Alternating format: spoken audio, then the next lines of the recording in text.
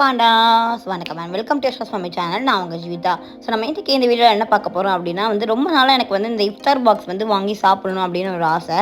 So அதனால் copper கிச்சனில் இந்த இஃப்தார் பாக்ஸ் நல்லா இருக்குது அப்படின்னு சொல்லி ஃப்ரெண்ட்ஸ்லாம் சொல்லியிருந்தனால நான் இங்கே வாங்கலாம் அப்படின்னு சொல்லிட்டு காப்பர் கிச்சனில் ஆர்டர் பண்ணியிருக்கோம். சரி வாங்க உள்ளே என்னென்னலாம் இருக்குது அப்படின்னு பார்க்கலாம். ஸோ பேக்கிங் ரொம்ப நல்லா இருந்துச்சு.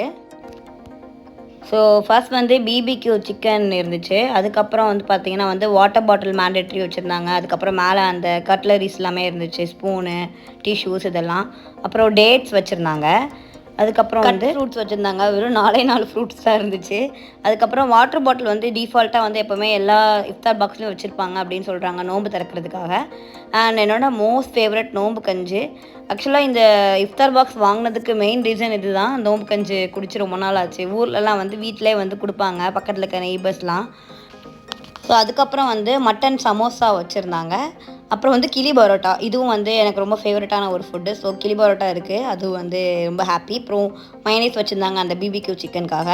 அதுக்கப்புறம் ஒரே ஒரு குலோப் ஜாமுன் வச்சுருந்தாங்க, ஸ்வீட் அந்த கேட்டகரிக்காக. அப்புறம் மட்டன் ஹலீம், நான் அது வரைக்கும் சாப்பிட்டதே இல்லை. ஃபஸ்ட் டைம் மட்டன் ஹலீம் சாப்பிட்லான்னு சொல்லி ரெடியாக இருக்கேன். அப்புறம் ரைத்தா வச்சுருக்காங்க. அண்ட் தென் என்ன அப்படின்னு பார்த்தீங்கன்னா ஒரு சிக்கன் பிரியாணி, சிக்கன் தம் பிரியாணி ஒன்று இருக்குது, வித் எக் இருந்துச்சு. ஸோ ஒரு வாட்டர்மெலன் ஜூஸ் வச்சுருந்தாங்க. அண்ட் அதுக்கப்புறம் மட்டன் சீக் ரோல் அப்படின்னு சொல்லிட்டு அந்த சப்பாத்திக்குள்ளே அந்த மட்டன் சீக் கபாபோட ரோல் மாதிரி வச்சுருந்தாங்க.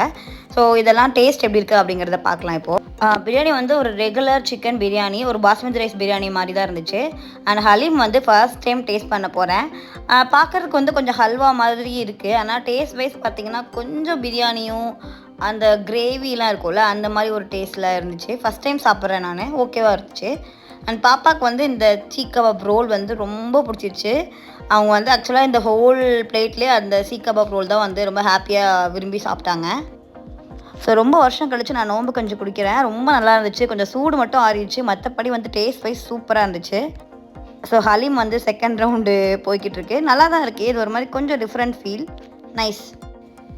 அப்புறம் 2 டேட்ஸு, ஃப்ரூட்ஸ் எல்லாம் எடுத்து சும்மா சாப்பிட்ருக்கேன்.